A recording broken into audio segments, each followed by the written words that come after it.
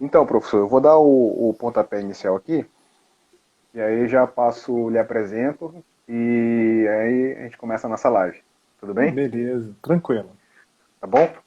Então vamos lá. Boa noite a quem nos assiste, sejam todos bem-vindos. Lembrando que essa é uma atividade dos discentes do pós-ARC, né, da Faculdade de Arquitetura e Urbanismo da Universidade Federal de Santa Catarina, né, denominado Papo Acadêmico, que é um espaço, um momento onde a gente convida os nossos professores para um bate-papo com o objetivo de compartilhar conteúdo e experiências. E na noite de hoje, a gente traz o professor Rômulo Ribeiro, lá da Universidade de, de Brasília. Rômulo José da Costa Ribeiro, de fato.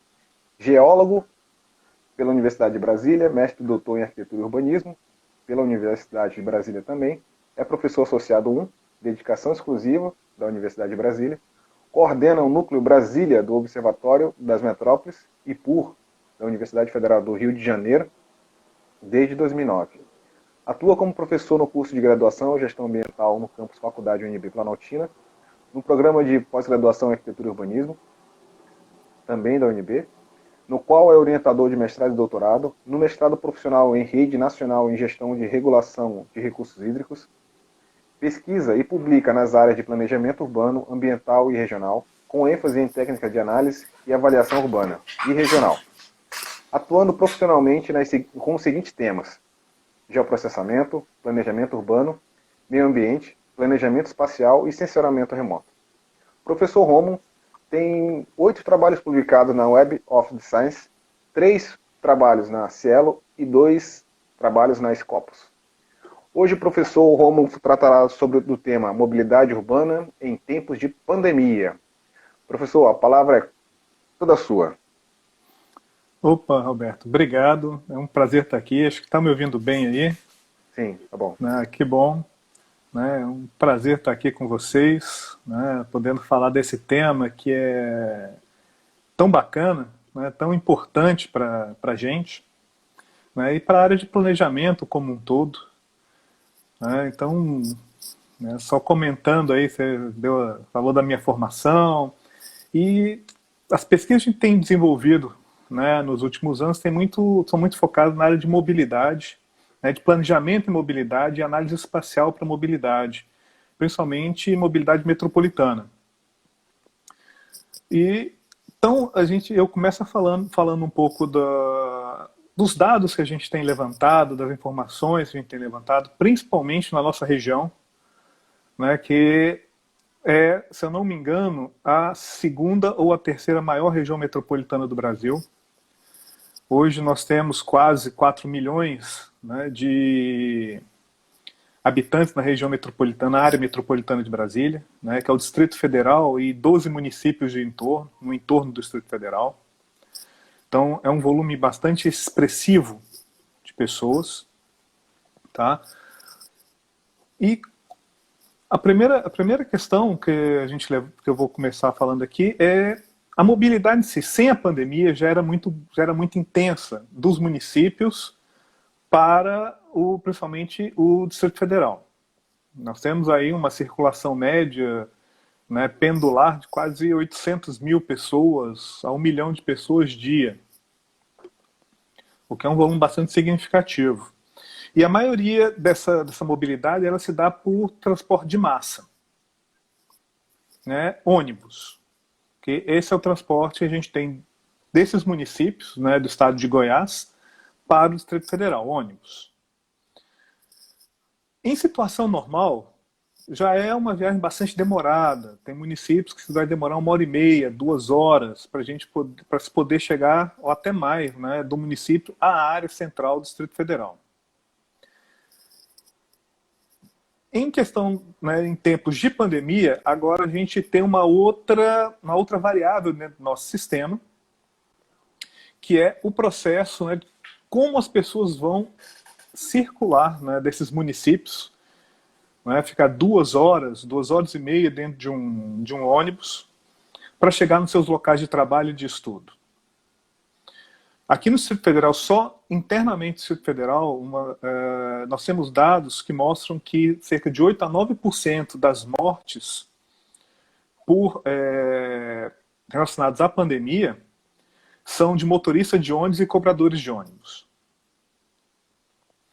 Agora vamos colocar isso numa escala metropolitana. São 12 municípios que têm um fluxo muito grande para o Distrito Federal. Tem município que, da população que trabalha, 55% dessa população trabalha no Distrito Federal.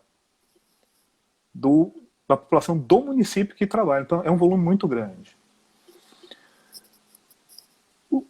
Tradicionalmente no Brasil, como é que são os ônibus? Né? São locais fechados e muito cheios. É uma doença respiratória que a gente está passando agora e que quanto mais próximos estão as pessoas, quanto mais apertado, quanto menos espaço a gente tem, mais fácil é a disseminação da doença. Então, ônibus, metrôs, trens, todo o transporte de massa acaba sendo, infelizmente, um meio onde as pessoas podem ser contaminadas com muita facilidade. Quando a gente estava no período mais intenso do isolamento, estava mais, digamos assim, tranquilo, porque as pessoas estavam circulando menos. Muitas atividades pararam, principalmente comércio, serviços, mas agora nós já estamos tendo a retomada dessas atividades. Então as pessoas estão voltando a circular, voltamos a ter engarrafamentos, voltamos a ter série de acidentes de trânsito, e voltamos a ter os transportes de massa lotados, que as pessoas têm que trabalhar porque elas têm que sobreviver. É um caso até de sobrevivência dessas pessoas. O problema é como você vai garantir essa segurança para essas pessoas. E não só para elas. Saiu um dado essa semana que dentro do Distrito Federal, cada pessoa contaminada contaminou pelo menos mais 3 pessoas. Então a gente já pode ver o nível de multiplicação disso. Agora imagina isso num transporte de massa. A gente que estuda mobilidade, a gente sempre apoiou muito esse tipo de transporte para redução do transporte individual. Justamente porque a gente acredita, eu ainda acredito sim, que os transportes de massa são a grande solução para a mobilidade dentro das grandes cidades. Só que com a pandemia, a gente está tendo que rever essa situação. E aí é que a coisa começa a ficar mais complexa. Porque que opção a gente vai fornecer para o usuário desse tipo de sistema para que ele possa ter mais segurança? Sendo que no Brasil, praticamente todo o sistema de transporte de massa, principalmente ônibus, ele é terceirizado. Pelo menos na nossa região aqui, ele é terceirizado. Então ele está na mão do empresário. Então o empresário também tem que pensar em como ele vai gerenciar isso, porque não é apenas uma questão de lucro, mas ele também tem os custos do sistema. Então agora a gente tem que começar a rever, a repensar isso. A possibilidade do home office trouxe uma solução para uma parte do problema. Então uma parte dessa população que estava circulando pode trabalhar em casa, a partir de computadores, celulares e afins, mas não é uma parte que normalmente está usando o transporte coletivo, o transporte de massa. Essas pessoas têm que ir para os seus locais de trabalho. E a nossa preocupação hoje é justamente como garantir isso, porque não adianta você, como a gente vê em vários locais, você coloca uma cadeira sim e uma cadeira não, uma cadeira sim e uma cadeira não. Como é que você vai fazer isso dentro de um ônibus? Não é viável, não existe isso, porque não dá para dizer, olha, um espaço sim, um espaço não. Um espaço sim, uma pessoa em pé, uma não. Isso não existe. E a gente tem percebido que os casos, inclusive, têm aumentado.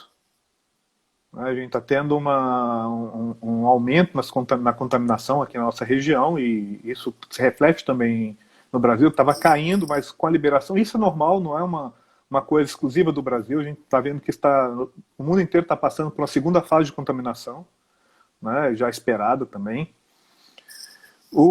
A questão maior é como você vai garantir a sobrevivência das pessoas, dentro do próprio sistema, dentro do próprio direito de ir e vir, para poder ir para o trabalho, para poder ir para as escolas, para poder ir para o consumo, né, suas áreas de consumo, sendo que você não tem opção. Na nossa região, principalmente aqui, a gente não há outra opção a não ser o ônibus. O que fica é justamente a possibilidade de você trabalhar com home office, mas nem todo mundo consegue trabalhar com home office, isso é claro, né? Isso é muito voltado para quem é da área mais ligada à tecnologia, ou que pode usar essa tecnologia para trabalho, né? Como algumas áreas de saúde, áreas de estudo, alguns escritórios, não são todos também. Então, nós vivemos hoje esse grande problema da circulação, não só nos transportes de massa, mas também nos espaços públicos. Como você garantir que os espaços públicos sejam seguros para as pessoas? E o principal elemento aí está relacionado à questão da própria educação, né, das pessoas em relação à prevenção. E uma coisa que a gente tem visto muito, passa muito propaganda, se fala muito, a gente vê em outdoors, a gente vê naquelas propagandas atrás dos ônibus, né, não só o uso da máscara, mas da higienização das mãos, mas também não é só a higienização das mãos, né, você não tocar o seu olho, você não tocar o seu nariz, você não tocar a sua boca, né, para evitar esse processo de contaminação, manter a distância mínima entre as pessoas. Só que muitas vezes também isso não é possível. De novo, a gente falar de um ônibus, quem anda de ônibus, quem já andou de ônibus sabe que como é que você vai poder manter a distância de 1,5 m, 2 metros de uma pessoa dentro de um ônibus? A gente tem que pensar então num número, numa frota cada vez maior para poder atender essa demanda, né, de circulação para manter essas distâncias. E a gente tem que pensar que se existe custo. Quem é que vai pagar esse custo? Porque o sistema ele roda, né, justamente entre custo e lucro. Se eu tenho menos pessoas dentro do sistema, maior é o custo que eu tenho que ter para manter ele rodando. Claro que eu não estou aqui dizendo que o usuário tem que ser onerado com isso. Não é essa a questão.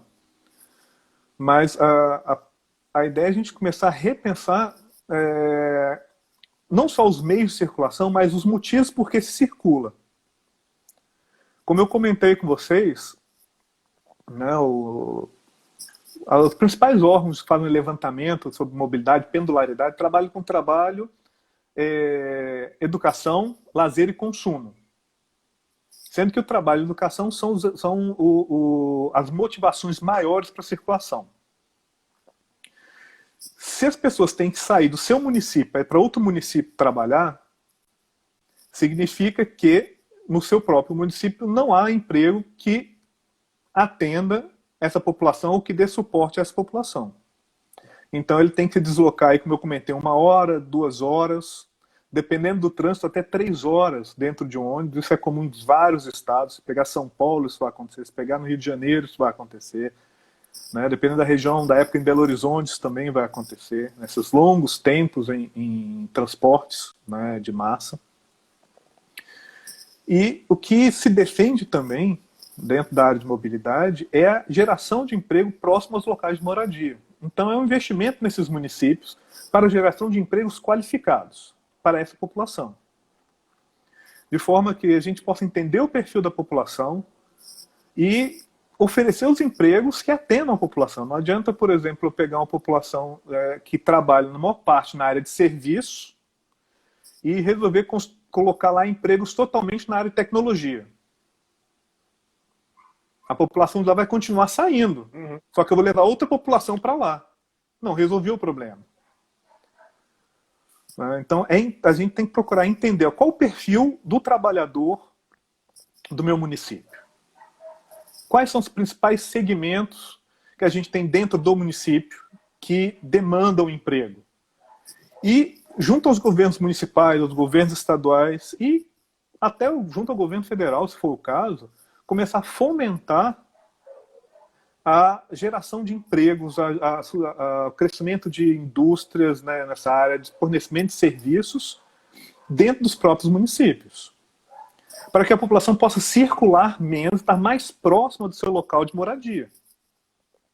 Essa é a principal elemento. A mesma coisa para a área de estudo. A gente percebe que muitos municípios, a população que mais sai para estudar é a população que vai para o ensino médio. Porque muitas vezes o município não tem escolas suficientes. Em alguns municípios, não é o nosso caso, mas em alguns municípios do Brasil nem tem ensino médio. Se o estudante quer fazer ensino médio, ele tem que ir para outro município, porque não existe no seu próprio município.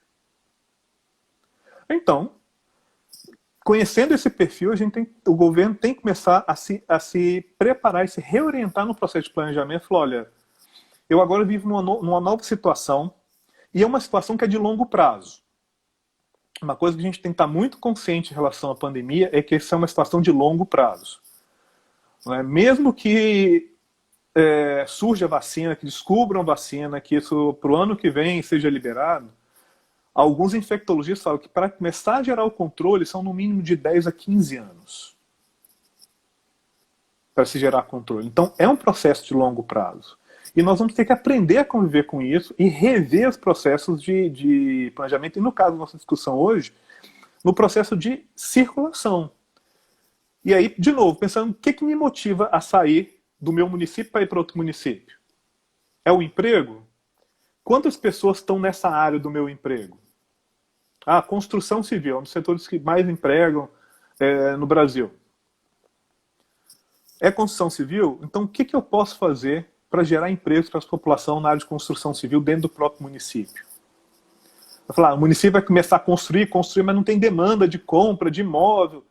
Existem outras áreas da construção civil que podem atender. Né? Geração de insumos, geração de bens, a própria área de reciclagem de material de construção civil, que é uma área ainda pouco explorada no Brasil como um todo.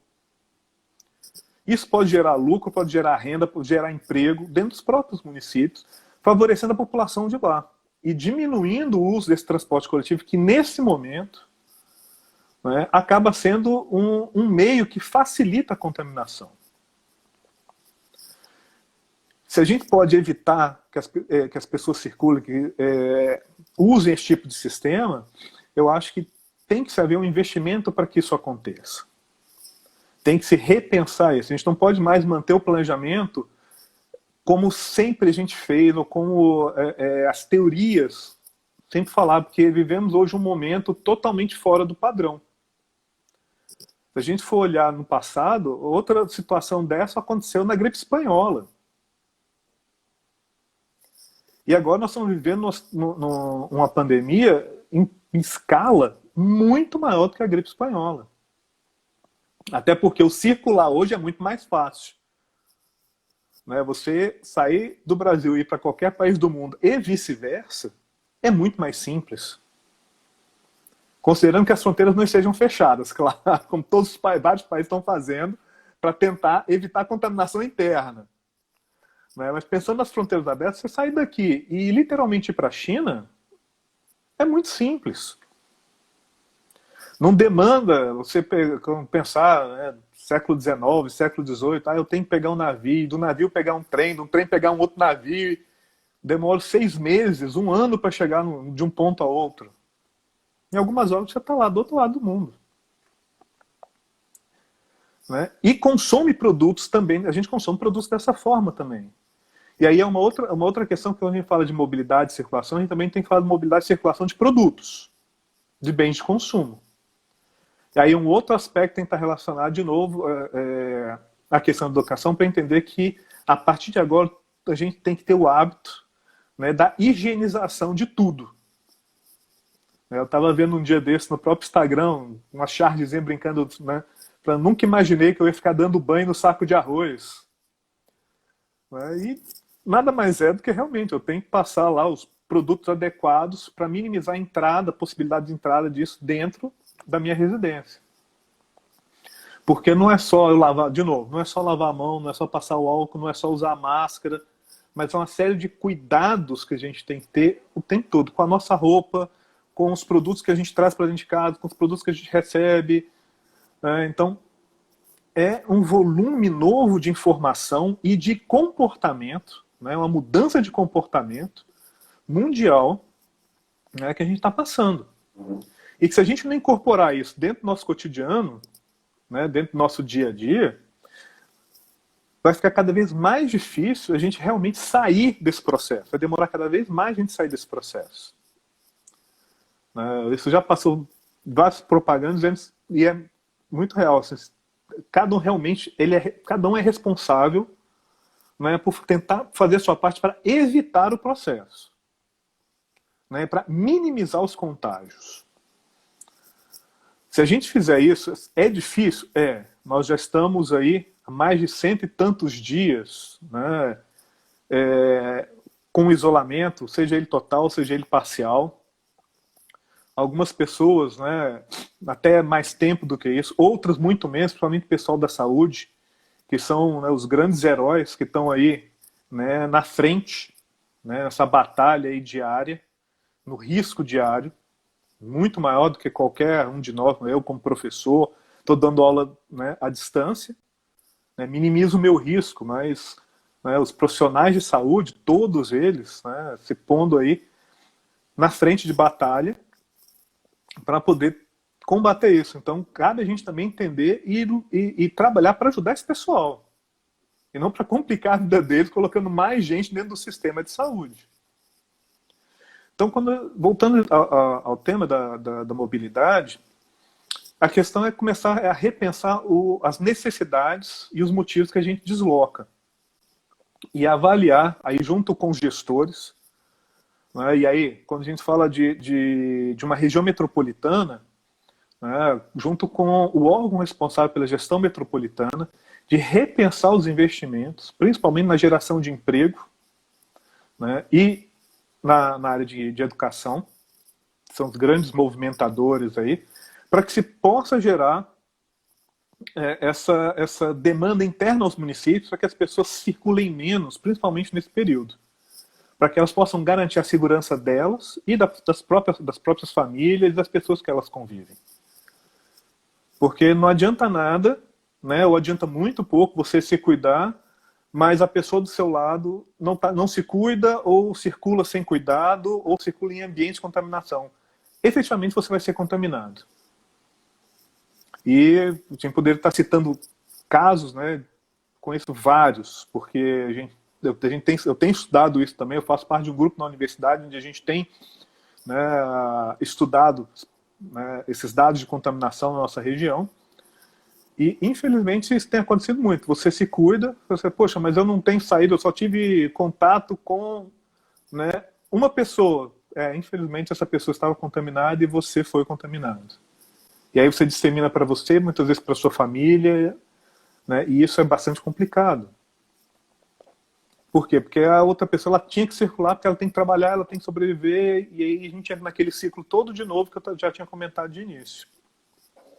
Então a gente tem que repensar, inclusive as teorias, né, a gente fala, e pôr em prática muita coisa que já estava na teoria, como essa principalmente da geração de empregos e serviços próximos aos locais de moradia.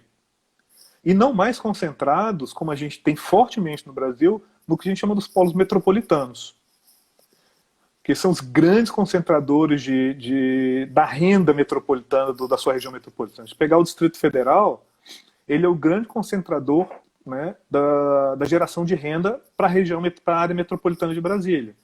Se pegar do Rio de Janeiro, a cidade do Rio de Janeiro, o município do Rio de Janeiro é esse grande concentrador. Se pegar Belo Horizonte, ele vai ser o grande concentrador, né, da região metropolitana de Belo Horizonte. É assim o Rio de Janeiro, São Paulo e todas as outras aí. A gente sempre tem no polo essa grande concentração em investimento, né, de formação das empresas, do serviço, dos atendimentos, das escolas, das universidades.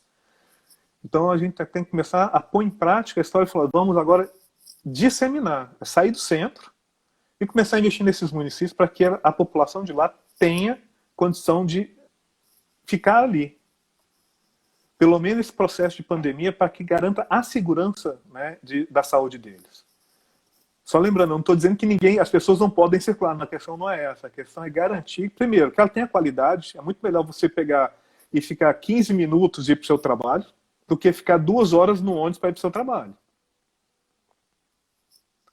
Né? Então é muito mais efetivo, né? Muito mais saudável, inclusive, porque a pessoa ganha tempo de qualidade do que, imagina, você fica 2 horas e meia para ir, 2 horas e meia para voltar. Você já chega no trabalho cansado, quando você chega no retorno, você está moído para dormir muito pouco, para acordar muito cedo, para estar no trabalho no dia seguinte. O rendimento, a sua produtividade, a sua saúde vão sendo debilitadas.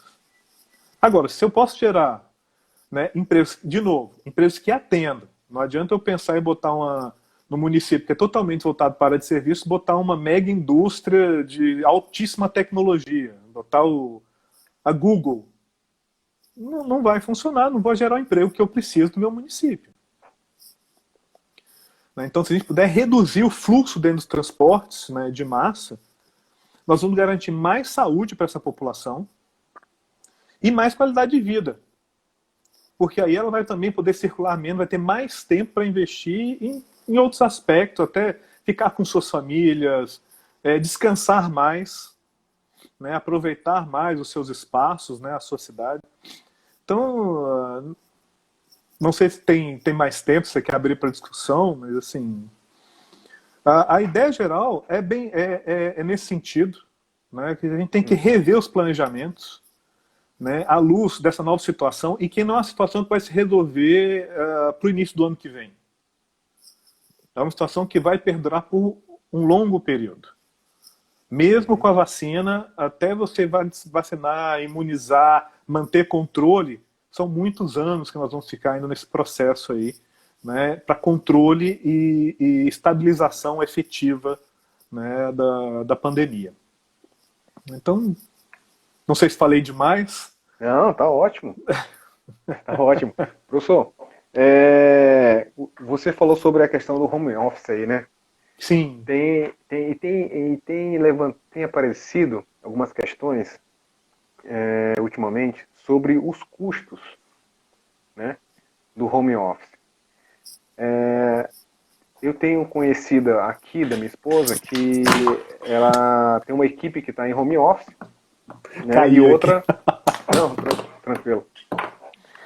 Tem uma equipe que está em home office e, né, dentro dessa equipe tem várias pessoas que são a favor, mas tem outras que já abriu discussões, né? Inclusive já até vi algo semelhante mesmo, sobre quem arca com os custos, né? E a empresa não quer saber. A iniciativa privada ela não quer saber se a pessoa está gastando energia elétrica, né? Se ela está consumindo material de escritório, né? Se ela está consumindo a internet dela. Então a iniciativa privada não quer saber, ela quer saber dos resultados. Então, assim, o home office, do ponto de vista do isolamento, legal, né? Funciona. E a gente evita a propagação do vírus, mas em compensação tem essas outras questões aí, sim, principalmente o do custo, que às vezes a iniciativa privada não quer arcar ou não arca, né? Não sei. Mas é uma questão a ser levantada. Sim. Né? Bem, o home office, né, isso é um conceito que surgiu nos Estados Unidos, década de 80, década de 90, e muitas das empresas nos Estados Unidos, elas bancam isso. Porque mesmo ela pagando a internet, ela fornecendo os equipamentos, ela arcando com parte, né, por exemplo, do custo de energia do funcionário, acaba sendo mais barato para ela do que ela manter, né, digamos assim, um andar inteiro de funcionários, não sei quantos computadores, toda a manutenção, o espaço e limpeza. Então muitas empresas acabaram chegando à conclusão que era muito melhor, né, ela pagar a internet, só que nos Estados Unidos, né, a internet é muito mais barata do que aqui. Então é muito mais barato. Olha, eu te forneço o equipamento, eu forneço a internet, eu pago parte calcula, assim, isso é fácil de calcular. Né, o quanto seu equipamento consome, quanta luz vai consumir, quanto é que é o watts hora, vou te pagar tanto aí de energia. E isso sempre deu muito certo por conta desse investimento. Aqui no Brasil, como eu falei, há uma mudança de comportamento, né, uma mudança de pensamento. Os próprios empresários, né, têm que começar a entender também que isso tem que mudar, o comportamento tem que mudar. Se botar na ponta do lápis, se eles pagarem minimamente a internet para o funcionário, né, fornecer um computador, o mesmo computador que ele tinha no escritório, o funcionário pode levar para casa para trabalhar nesse computador, se for o caso.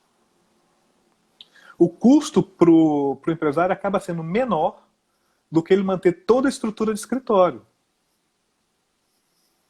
Mas não vou dizer que todos, mas, né, uma parcela dos empresários ainda não entende isso como custo. É como se ele estivesse entendendo que está tudo somando.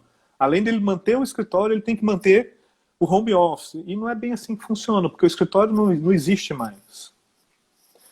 Eu já vi alguns escritórios na área de marketing, né, que tinham não sei quantos funcionários que entraram em home office e depois de 2 meses eles fecharam o escritório. Eles acharam que ficou tão bom, a gente não precisa mais do espaço físico. Eles fecharam o espaço físico. E eu não conheço ainda. Eu conheço pelo menos 2 ou 3 empresas em São Paulo, né, eu conheço a história, que resolveram falar, olha, é muito melhor pagar para o meu funcionário ficar na casa dele, né, pagar a internet dele, do que eu ter toda a minha estrutura aqui. Uhum. E fecharam os escritórios. Né? Eles não fecharam o serviço, eles fecharam o espaço físico. E houve uma redução de custo. Claro, houve uma avaliação, né, o quanto, né, eles podiam fechar, né, o quanto eles iam reduzir, o quanto eles iam ter esse gasto, esse novo gasto, e acabar chegando à conclusão que valia a pena. Então, é uma mudança de comportamento. Tem mudança de pensamento e de comportamento. Falou, olha, eu tenho, sei lá, 5 funcionários, 5 vão trabalhar em casa, qual que é o custo que eu vou ter com eles trabalhando em casa e qual o custo que eu teria em manter toda a minha estrutura que eu tenho hoje? No geral, acaba sendo menor. Né? Então, a gente tem que mudar esse pensamento. Verdade, mas no Brasil é difícil. Né? Bom, outra questão, nós estamos aqui falando de um deslocamento, né, de uma mudança de comportamento, de deslocamento de um setor formal, certo? Uhum. Quando a gente vira a página e passa a olhar, né, a analisar o setor informal, que é o maior público que usa o transporte de massa hoje, o home office ele torna-se inviável. Sim. Certo? Torna-se inviável porque a trabalhadora, ela tem que se deslocar, né, da sua residência para o seu local de trabalho, aonde já tem a sua clientela, onde tem o seu ponto de comércio, né, seu ponto de serviço e assim por diante. Então, acho que, perdão, a gente tem que pensar em como buscar solucionar essa questão desses trabalhadores informais. Sim. Porque aí vai aumentar a quantidade de ônibus, né? O governo vai continuar com o seu auxílio emergencial, né? Os transportes alternativos, bicicleta, né? Outros, até mesmo o trabalhador mora perto do seu trabalho, o transporte a pé, não motorizado, né? Tem algum incentivo? Eu andei pensando nesses tempos, né? Por que não que o governo federal, estadual, não incentivam o uso da bicicleta através da redução do seu imposto, por Sim. exemplo. Né? Eu sou de Porto Velho, hoje atualmente moro aqui na Grande Florianópolis, mas assim, mais em Porto Velho, por experiência, né, por tempo, tem muita gente que anda de bicicleta. Só que se a população tem um incentivo maior, né? Ó, a bicicleta que hoje custa em média R$ 700, tivesse um custo menor dos seus impostos, isso de uma forma ou de outra incentivaria a aquisição do produto. Sim. Né? E o trabalhador, a trabalhadora que fosse de bicicleta para o seu trabalho, estaria de uma certa forma ou de outra né, no seu isolamento, ao ar livre, e ao mesmo tempo, né, gerando saúde para si mesmo. É isso que é o que a gente discutiu com o professor Cassiano na live passada, né? É que as pessoas têm que estar em movimento, né? Então, se a pessoa Sim. caminha, né, ou ela vai a pé para o seu trabalho, ou, né, caminha ali num período de 20 minutos, 10 de ida, 10 de volta, né, durante a semana, isso já vai ajudar na própria saúde dessa pessoa. De bicicleta da mesma forma, né? Aí, emendando aqui, professor, nós temos duas perguntas. A da Juliana Carione, que pergunta, né, nessa perspectiva, abre aspas, quais projetos podem ser desenvolvidos para estimular a criação de políticas públicas que incentivam o uso da bicicleta no centro da cidade? Fecha aspas. Né? E a segunda é do Rafael Giareta. Abre aspas. Como aproveitar o momento para fomentar o uso da bicicleta? Aí ele abre parênteses aqui. Espaços, projetos, políticas públicas, fecha aspas. Então, se você puder comentar, a gente agradece. Claro, claro. A bicicleta ela é um elemento assim, fantástico de mobilidade, né? Não só, né, por uma questão de não poluição, né, da não emissão de gases, coisas do tipo, né, quanto favorece aí o exercício físico, que é uma coisa fundamental, né, para a qualidade de vida. Só que a gente tem, né, de fato, um pouco incentivo. Em alguns países da Europa, algumas cidades, não dizer país, mas algumas cidades da Europa, se eu não me engano, Paris foi uma delas, durante um período, o governo de Paris estava pagando para as pessoas que usassem bicicleta. O incentivo era era pagar mesmo. Olha, não sei quanto, né, mas você usa a bicicleta da sua casa para o seu trabalho, a distância é de X, então, olha, está aqui o dinheiro. Eu estou pagando se você quiser para a pessoa aí. Só a gente também tem que entender que é o seguinte, né, eu vou falar um pouco mais da bicicleta, é que ela tem um trajeto que ela é de distância limitada. Quando a gente fala de transporte, por exemplo, como eu estava comentando, metropolitano, nós temos pessoas que circulam para vir para o Distrito Federal mais de 100 quilômetros. Só num sentido. Casa-trabalho, 100 quilômetros, casa-trabalho, casa mais 100. Né? Então isso já complica aí a situação do uso da bicicleta, né, para ir. Nós tínhamos o fornecimento do serviço, né, das bicicletas pagas, alugadas. Aqui em Brasília foi retirado, acho que não sei se foi retirado no Brasil inteiro, mas o serviço, né, dos patinetes elétricos, das bicicletas elétricas aqui foi totalmente retirado. Por uma série de questões técnicas e de não retorno e de até a própria manutenção pela vandalização dos equipamentos, simplesmente as empresas falaram, olha, não compensa. Então aquela pessoa que usava de maneira correta acaba sendo prejudicada, agora não tem mais o produto para utilizar, né? Principalmente pela questão do vandalismo. A política pública ela pode fomentar, sim, nas áreas centrais o uso. E uma das principais questões aí é da infraestrutura. Uma coisa que a gente percebe em muitos planejamentos do espaço é que não há infraestrutura adequada para a bicicleta. Mas aí a gente fala da bicicleta como modal de transporte. A gente vê muitas vezes, acontece aqui no Distrito Federal, quem fala, é uma ciclovia. Quando você vai olhar o traçado, não é uma ciclovia, é uma pista de passeio. Não é uma pista para mobilidade de bicicleta. É com curva demais, é dando volta demais, o que não favorece a circulação efetivamente como modal de transporte. E aí a gente tem um outro problema que você faz a ciclovia, mas não faz a calçada. Então você começa a ter uso compartilhado do pedestre e do ciclista. O que acaba gerando risco também para os dois. Porque às vezes o ciclista está muito rápido, o pedestre está muito devagar, que pode gerar acidente. E aí muitas vezes o ciclista desiste de andar nessa pista e volta para a pista de carro, porque ela é mais, digamos assim, efetiva para ele circular do que o que seria a ciclovia, porque o projeto não é integrado, né, com calçada e ciclovia.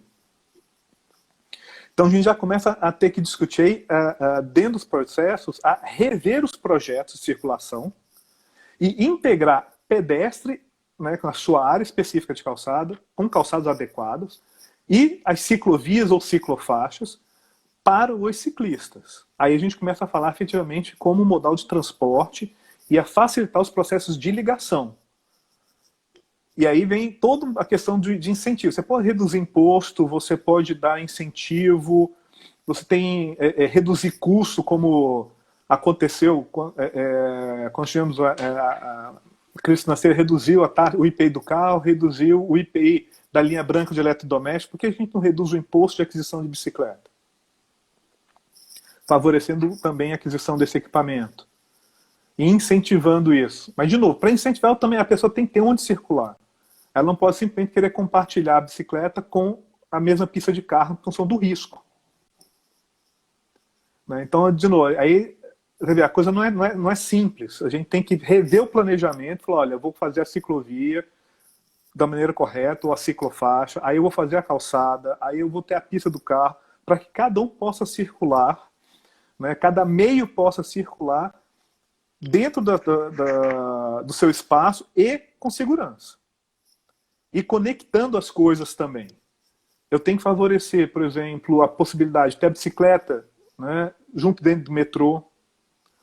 Eu posso pensar em colocar bagageiros em ônibus para carregar algumas bicicletas, para que aquela pessoa que chegou de bicicleta, queira pegar ônibus, tem um espaço para ela botar a bicicleta com segurança, né, como se fosse um bagageiro, um porta-bicicleta ali, para que ela possa andar no ônibus, depois ela pega a bicicleta dela e vai e continua o seu trajeto.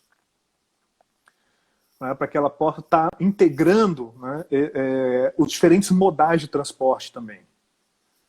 Porque a situação hoje de circulação de massa, por exemplo, no metrô de Brasília tem um vagão que permite até acho que 3 bicicletas ou 5 bicicletas, eu não lembro.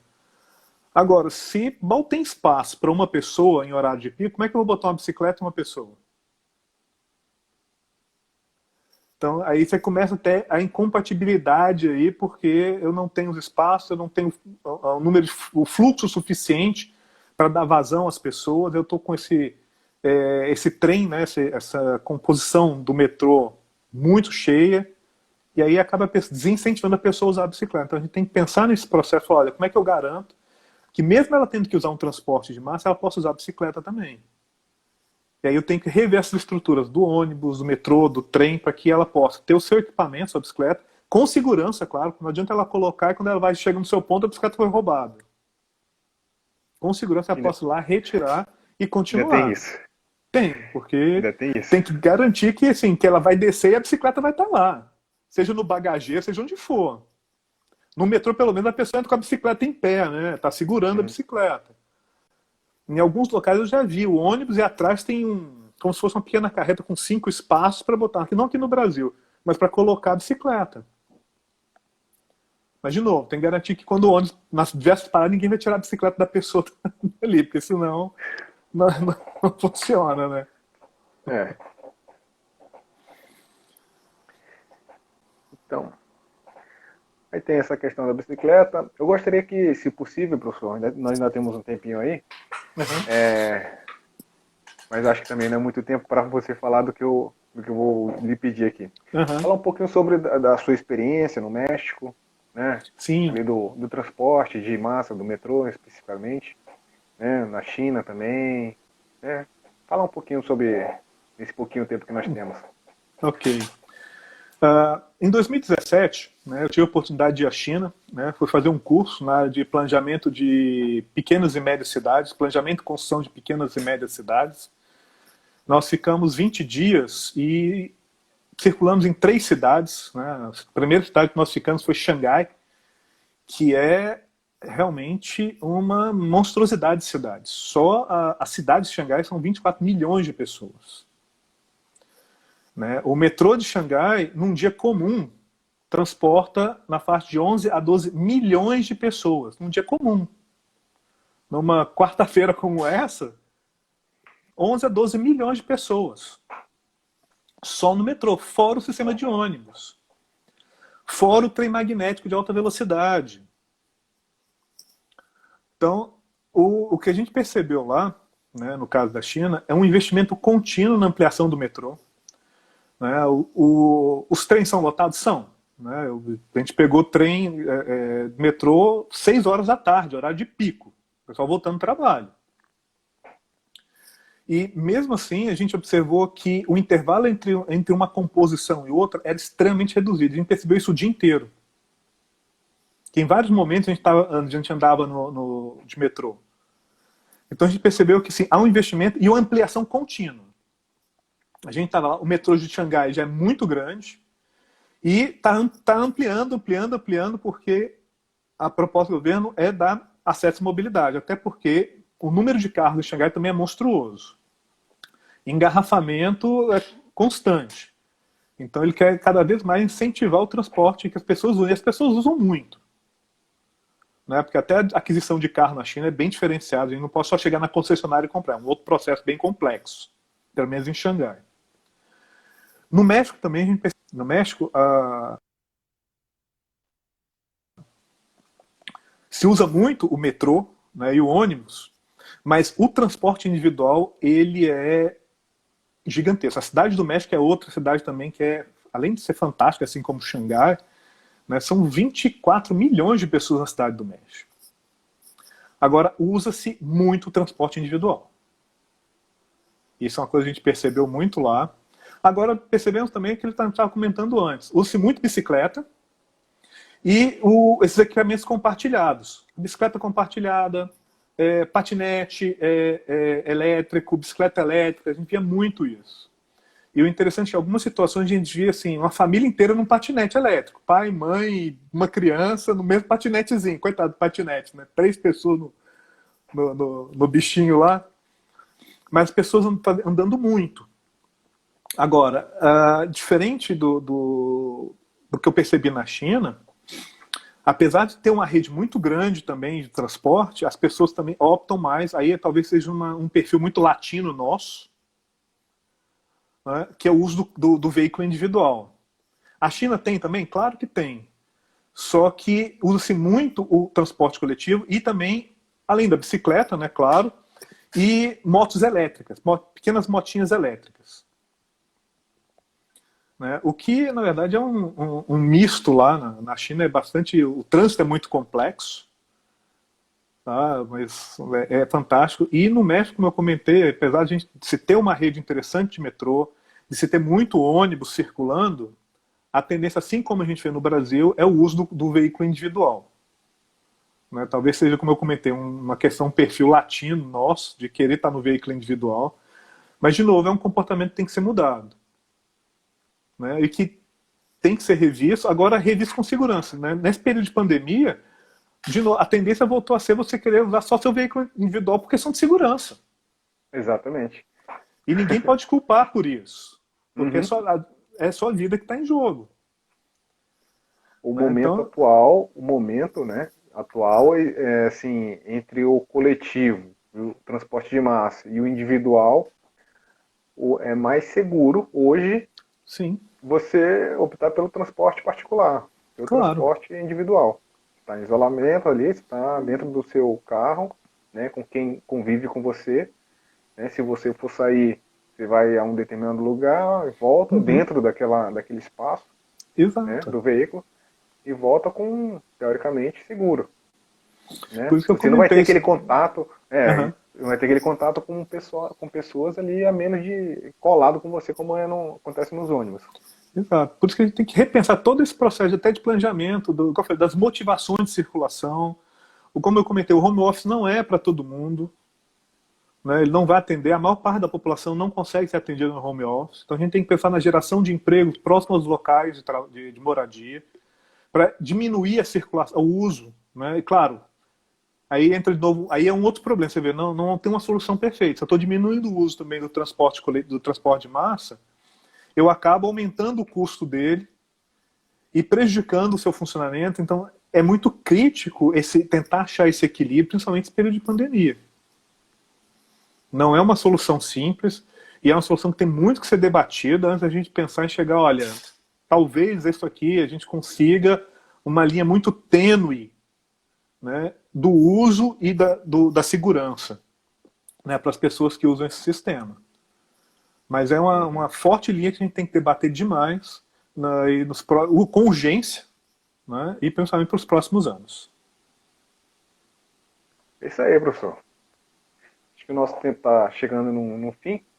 Se você quiser fazer as suas considerações finais, fique à vontade. Tá ok.